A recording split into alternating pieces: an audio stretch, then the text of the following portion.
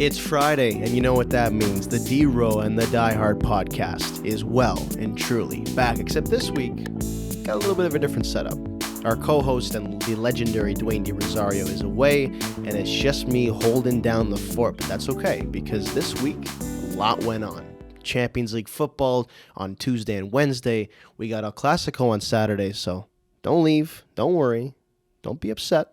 Plenty to go through. The most fitting place to start for me would probably be the most surprising result of the week. I pegged this game to be boring. I pegged this game to be a display, a battle for the low block, I think my words were in a video I made.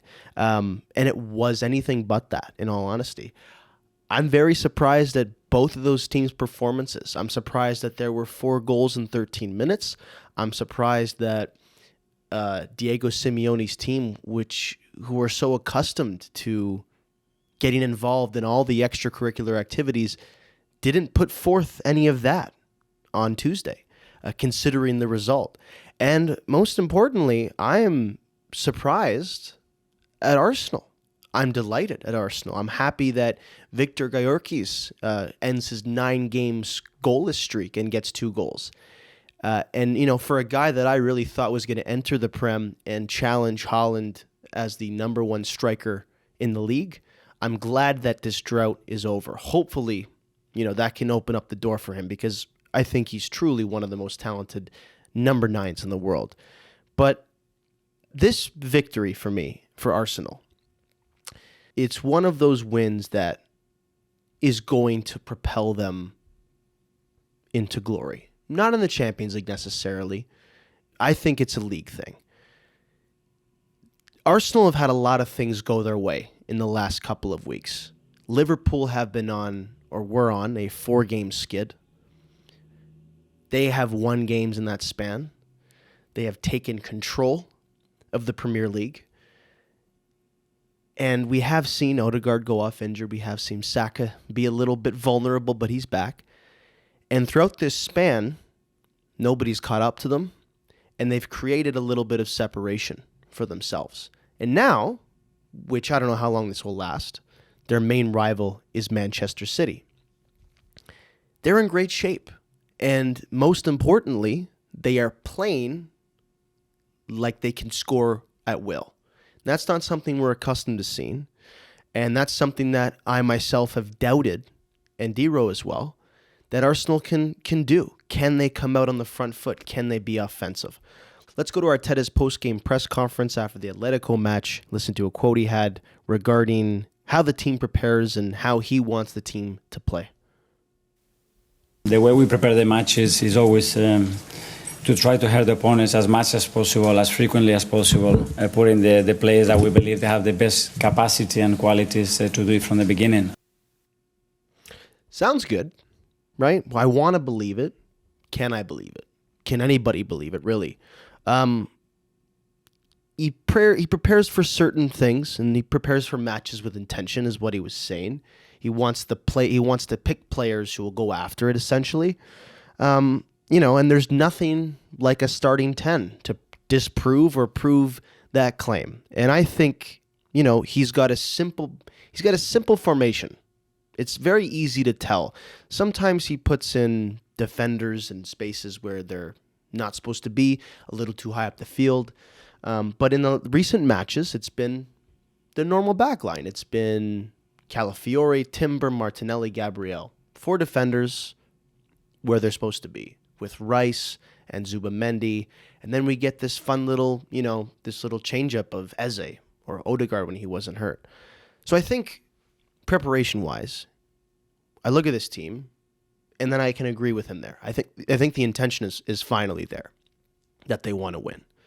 But it's evident that it looks like he wants to win. They have to play like it too. And I think Arsenal have finally given me that feeling that they're ready to take that next step. They're ready to be crowned, and they're ready to really go for it and try and win the Premier League. In a lot of championship teams, you notice that change in the way they play. they may just be winning games 1-0, right? At least in the Premier League. They may just be winning games 3-2 or 2-1. But it's oftentimes about how they win. And in a game like Fulham, right? Mid-table team. Can they compete with Arsenal? Of course they can. Any team can in the Premier League. It's the way it is. But should we expect them to win? Should we expect them to score? The odds are no. Throughout that whole game, you're watching the match, and even though it was 1-0, I can't stress that enough. There's a feeling of they're not gonna lose this game. It's in control. They don't really need to score, and it's sort of how City used to play when they were in the height of their powers, when they were winning, 5 titles in 6 years on the spin. And it feels like that, but even more pragmatic. Because, of course, Arteta worked under Pep. So there's bits of Pep Guardiola's philosophy in everything Arteta does. But Arteta's spin, we were trying to figure it out a few years ago. Now, it's definitely a more pragmatic approach to the game, which is fine, right? Pragmatism wins championships sometimes. And it might win one this year for him. But that's what I've noticed. But the two styles of play share the similarity of I'm not really panicked. I'm not really worried. I'm not stressing if Arsenal are going to concede a late goal. Whereas the same cannot be said for Liverpool. Right? And when I look at this Arsenal team, genuinely, and you think about, well, is this team really good enough to win the title? Can they go 38 games, right, and keep the consistency and keep the form and beat opponents you're supposed to beat? And I think so. And I think, why not? For the first time in about 20 years, I think we can start looking at Arsenal as the legit title favorite. Legit, not contender, because they were contenders these last few years, and they were contenders in the late 2000s. But for the first time in a long time, they are now the title favorite. Not Liverpool, not City, not Chelsea, Arsenal. And my point remains with Liverpool as well. Liverpool don't give me that confidence. They don't give me a sense of, well, this game is away. It's 1-0. They're going to lose 5-0. And their most recent result against Eintracht Frankfurt in the UCL that breaks their losing streak.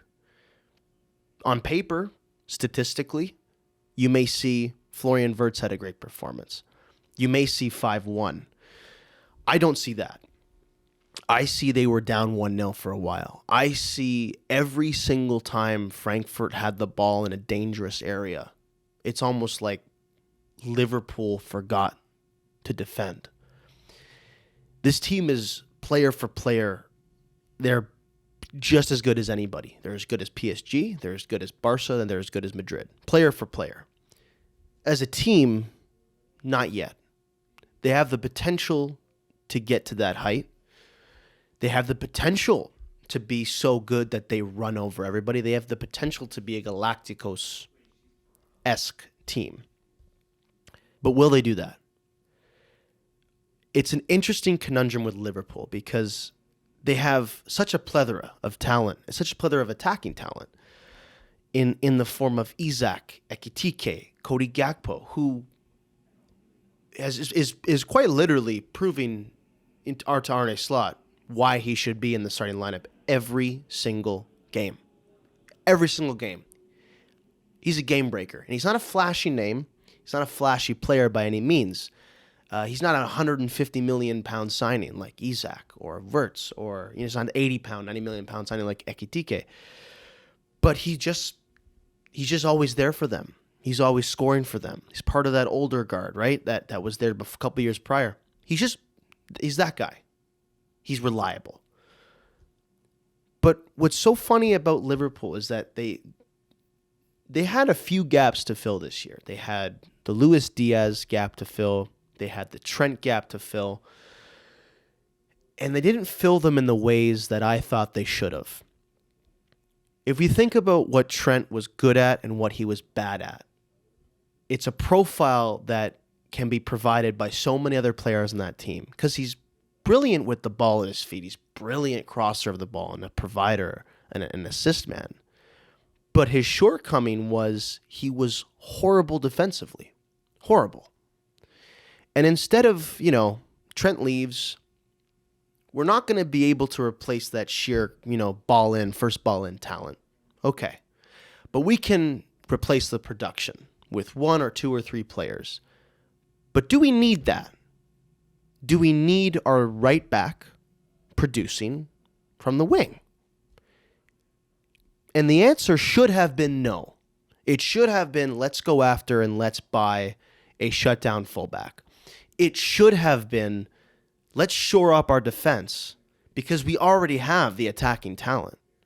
We already can rely on Gakpo, on Salah, on now Ekitike. We can now rely on Wirtz and Isak. We need some sort of backline that can hold their own because the uncomfortable truth is our midfielders are more attacking minded as well. The most central midfielder they have on that team is probably Alexis McAllister. And he is a central midfielder. He's not a defensive deep line playmaker guy that can hover, above that back line. He is central, middle of the park, going back and forth on attack and defense. And oftentimes, for a team that is so attacking like Liverpool, especially now in this year, if you're going to do that, you need to have a good back line. You need to. And if you look at Arsenal's profile, for me, Calafiori, I don't know I don't know a world where he's a fullback. In all honesty, I don't know why Arteta decided to make that decision, but he made it, and it's worked out brilliantly. It truly has. And the same thing can be said to a certain extent about Timber. But the point being is that Arteta looked at this and he said, I'm going to prioritize defense over offense. Because I can rely on Saka. I can rely on Odegaard. I can rely on Gyökeres now. I can rely on Eze. I can rely on Martinelli and Trossard and on and on and on. But I want to be able to have the same comfortable reliance when the ball's coming the other way. And look what it got him. I mean, to be honest with you, Arsenal are the best defensive team in the Prem. It's not even close. They've only conceded 3 goals this season. 3 goals. It's brilliant. So Liverpool decided to go the other way. And it's began to show with the string of losses that they had. And those frailties have been magnified, loss after loss after loss. And, I was reading a great point that somebody had on it the other day, and it was comparing the team to the Invincibles. Once they lost 1, they lost 5. So it's a similar sentiment about this team. And now I bet you they're feeling good. I bet you this team is on the uptick. I bet you they're feeling fantastic. They just won 5-1 in the Champions League against Eintracht Frankfurt. Okay, that's a big win. But like I said before, I'm not looking at it face value. Frankfurt have allowed 18 goals against this season. 18 goals against in the Bundesliga. Okay? The reality is they haven't faced a team like Liverpool all year who are so out and out pressure, attack. They haven't.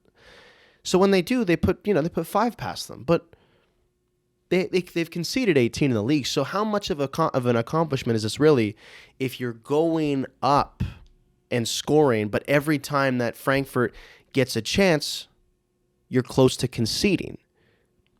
And we'll go to an Arne Slot post-game quote in a minute from his press conference. But to give it some context, Liverpool were lucky they didn't face a better team than Frankfurt, to put it that way. So here's Arne Slot in the performance, breaking the streak, and what he took away from this game. I saw a lot of similarities with the last few weeks, with the last few games we've played. That we already created a few chances before we conceded. The first chance we conceded was immediately a goal. In the end, it turned out to be the only chance we conceded today. The similarities, Arnie, were that you couldn't defend. I think it's quite clear. If Liverpool didn't have so much of the ball this match, like I said before, it wouldn't have been 5-1. It would have been 5-all. The hard truth that Liverpool fans have to face is that, number one, this team doesn't know how to defend properly. Number two, you cannot win games 5-4 all season. It's not a sustainable way of playing. And they won't be able to sustain that especially.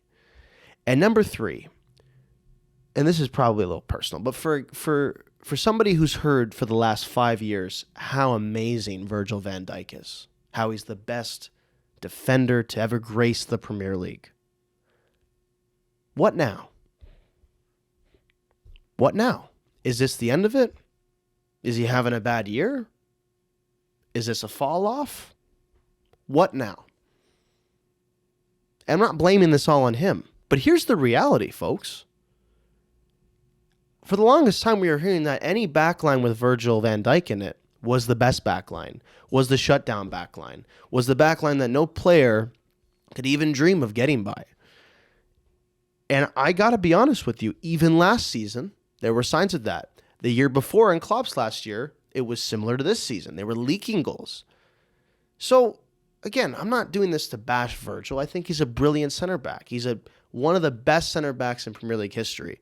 Is he the best? Is he close to the best? No, I don't think so. I don't think he's better than Terry. I don't think he's better than Ferdinand. I don't think he's better than Vidic. And that's just in this era. We could have a conversation about company. Maybe in his prime, Virgil is better than him too, but we just all need to cool our jets in this Virgil van Dijk talk, because I think this season and 2 years ago are very telling about his legacy. I'm going to shift on this, and I want to talk about Arne Slot, because what I've noticed about him is that, number one, this team right now this year is playing like one of the first years that Klopp took over, where it was a team that was not yet finished. The constructing of the team was in progress during the season, and he had to use what he had available. And they would, it was heavy metal football. They would score a lot, they would concede a lot. But the differences between that team and this team are that, well, Klopp was working with a limited budget, and the project wasn't done, right? They're needing more players. There are more players to be bought in January. Arne Slot went out this transfer window, not just him alone. He went out, the team, and they spent north of, 420 million pounds or whatever it was, 400 million pounds. So this project should be done. You should have everything you need to start building. And it doesn't matter who you sign, I feel, and I'm sure DeRo, if you were here, would agree with this. The first thing you want to do when you sign or you're building a squad from scratch, or you're bolstering the squad in the market, I want stability. I want something I can rely on. Then I can go and focus on scoring goals. And I don't know if Arne Slot knows that. I don't know if Arne Slot is prioritizing the right things. Listen to this quote after the United game, and I'll tell you what went wrong with them in that match. That's not the reason why we lost this game today. The reason is because we missed far too many chances to win a game of football. Missed chances, not clinical on offense, but no mention of defending. We all know it's defending. We all know that Liverpool have a problem with defending, but their head coach doesn't. Their manager doesn't. For me, that's a huge, huge problem. And I don't want Liverpool to turn into a pragmatic team. I want them to keep on playing like the Liverpool you've seen them be. But somewhere around that line, they found the perfect mix, even last year, of offense and defense. Every team does. I don't even know why I have to say this. But if your manager, and this is maybe why people were speculating that he was on the hot seat, if your manager can't recognize why you're in a slump, then why is he still your manager? In other news, not a good day in the office for the Italian clubs in the Champions League this week. Inter were the only club that managed to win. Juve put up a lackluster performance in Madrid. I mean, They had a few chances, but for the most part, that whole situation is a mess with their manager, Igor Tudor. And out of all the teams, surprisingly, Napoli were the ones that had the biggest loss, that clocked in at 6-2 to PSV. And in the post-game interview with a Dutch outlet, their new signing, Noah Lang, expressed his frustrations towards Antonio Conte. Now, I have the quote here, but it's in Dutch, and I can't imagine that too many of you would understand Dutch, so I'll just read it out in English. I prefer not to say anything about my situation. I have to bite my tongue a bit. I don't know what else I have to do to get started, but I have no choice but to accept because I signed a contract here. I only spoke to him once, referring to Antonio Conte. Risky move. Risky move for that guy, a new signing, to be saying that about a guy like Antonio Conte after a 6-2 loss. You may have your problems with him. You may have your issues with why he's not playing you and how you feel personally and you feel fit to play and you're not getting the nod and whatever it may be. But what happened to players understanding time and place? What happened to players just swallowing the pride a little bit? What happened to having a one-on-one discussion? Instead, we're going directly to the press after the game. You can watch the interview. Again, you won't understand it because it's in Dutch unless you're Dutch. But this guy didn't even break a sweat. But he's in his full kit, and he went. It's like he saw their reporting outlet is Zigo. He saw the Zigo reporter, and he went, "Boop, let's go have a discussion about playing time after my team got routed, and my manager is most definitely not happy, who also has an unstable temperament. Let's be honest here, it's Antonio Conte." Here was Conte's response. It's not good, to say the least. Played the whole pre-season with us, and now he played a part of our game. He never started. Yeah.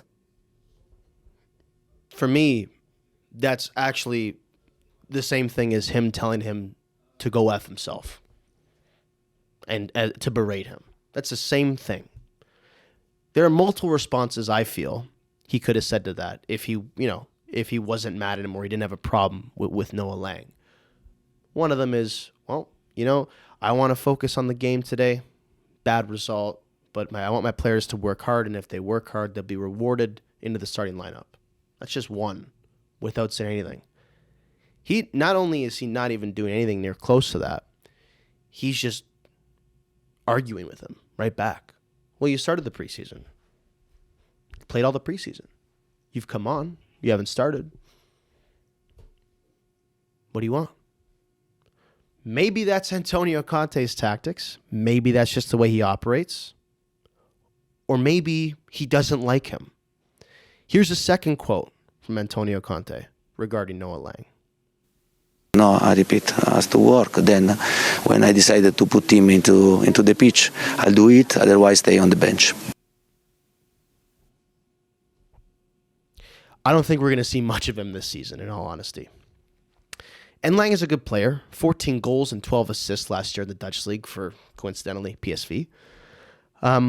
Maybe Conte is icing him out.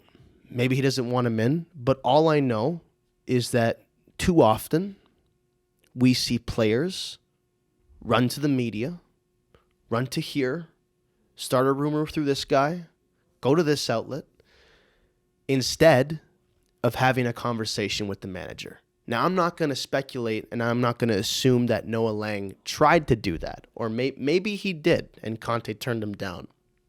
And I'm also not taking Antonio Conte's side at all. That would be betraying who I am to the core. Not a big Antonio Conte guy.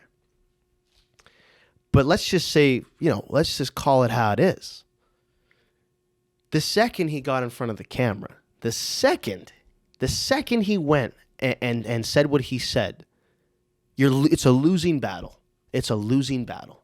The second you didn't be an adult and talk to him a day later after everybody's heads are cool, the second you challenge a guy like Antonio Conte, who for better or for worse personality-wise is a champion. champion in Italy and a champion in England, who is a well-respected, tenured manager, who knows how to win, who knows how to take teams who are in the gutter and bring them up to champions. This is a legendary manager of this decade. You should know better than to challenge that guy. Because 10 times out of 10, he will win. 1,000 times out of 1,000, Antonio Conte wins that. Because he just won't play you. He just won't play you. You'll barely go to training. You'll get mad. He'll get inside your head. And then you'll get loaned out to some relegation team in Belgium next year. And there goes your career. Then you got to start fresh. So, not too sure what he was doing at that moment in time. But I digress. On we go to our next topic and our final topic of the day. El Clasico. The most coveted, the most revered, the biggest, the baddest, and most entertaining derby of them all is taking place this Sunday. Real Madrid are top of the table. 8 wins, a loss, and 24 points. Kylian Mbappe leading the league with 10 goals and 9 appearances. They're flying. They're firing on all cylinders. I think, my concerns, and we both had concerns a little bit early on in the season about Vinny and about how's this front four going to work, and will Alonso be able to galvanize this team and make them into a unit. For the most part, I think those concerns, they're gone for now, right?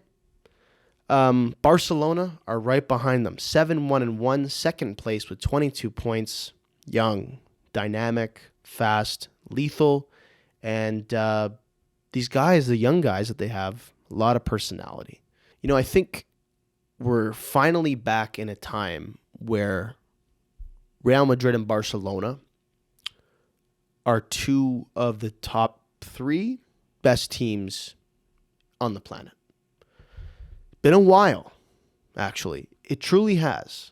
And although Real Madrid have resurged after they lost that sort of core of Ronaldo, Benzema, Bale, Kroos, Modric, Casemiro, they won a couple Champions Leagues after. Barcelona haven't. Barcelona got to the semis last year for the first time since 2019, I believe. It's a long time for a club of that stature to be away from the later stages of that tournament. We're at an era where these 2 teams are coming back. And not only are they 2 of the best teams in the world, they got 2 of the best players in the world. And they are loaded in all positions, and they're very entertaining to watch. It reminds me a lot of those 2012, 2013, even 2011 Clásicos with Mourinho and Pep, Ronaldo and Messi.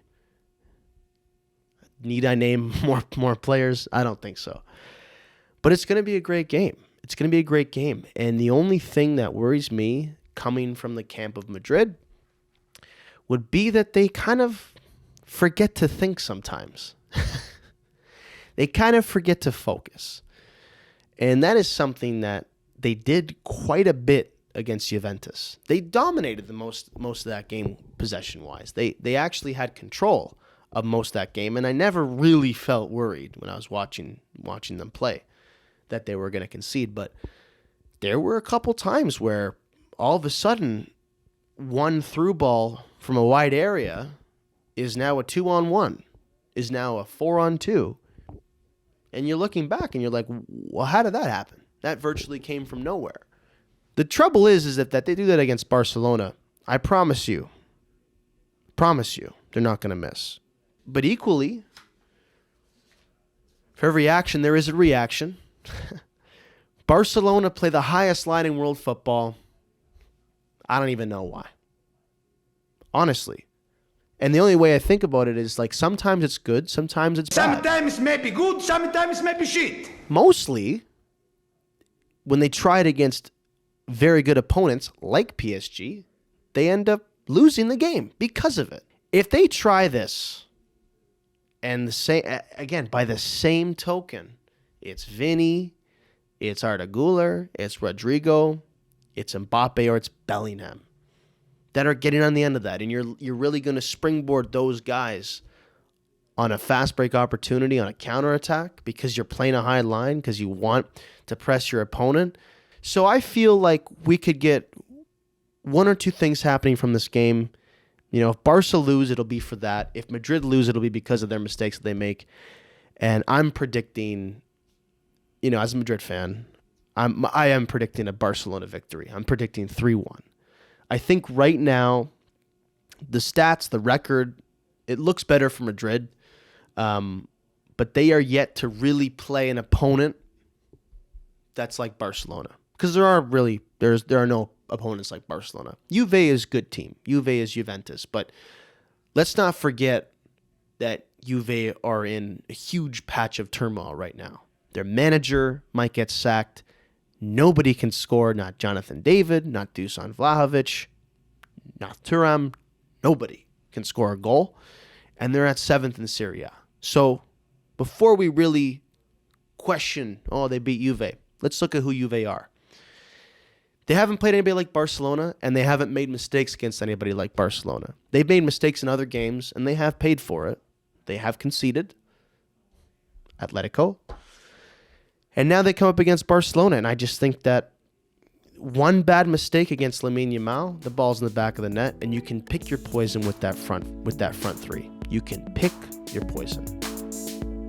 And that's it. That'll be it for this week. Thank you so much for listening to this episode of DeRo and the Diehard. Again, next week we'll be back on Friday as usual with both hosts. You won't have to listen to the half-sick, nasally voice of me for 30 minutes, 35 minutes. But stay tuned, because DeRo and the Diehard is out every Friday, the best soccer podcast north of the border. We'll see you next week.